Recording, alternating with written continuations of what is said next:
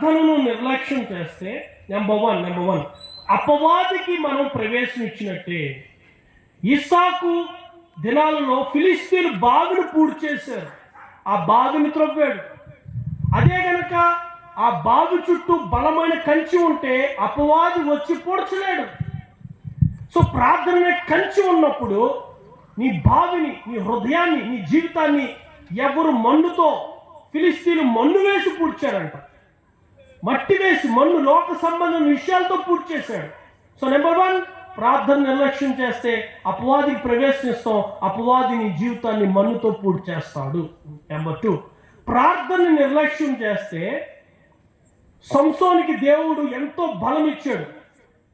ప్రార్థన నిర్లక్ష్యం చేస్తే దేవుడు ఇచ్చిన ఎంత శ్రేష్టమైన దానన్నా పోగొట్టుకుంటాం. ఏం పోగొట్టుకున్నాడు? సైట్ పోగొట్టుకున్నాడు, స్ట్రెంగ్త్ పోగొట్టుకున్నాడు, దేవుడు సర్వీస్ పోగొట్టుకున్నాడు.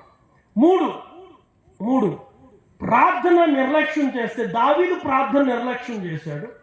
పోరాడవలసిన, యుద్ధం చేయవలసిన టైంలో పోరాడలేకపోయాడు. ఏం పోగొట్టుకున్నావు అంటే చూడండి, మూడోదిగా ఎవరైతే ప్రార్థన నిర్లక్ష్యం చేస్తారో, ఒకప్పుడు ఏ పాపాన్నైతే వద్దనుకున్నామో, ఒకప్పుడు ఏ పాపాన్నైతే ద్వేషించామో, మళ్ళీ పూర్వపు స్థితిలోకి నువ్వు వెళ్ళిపోతావు.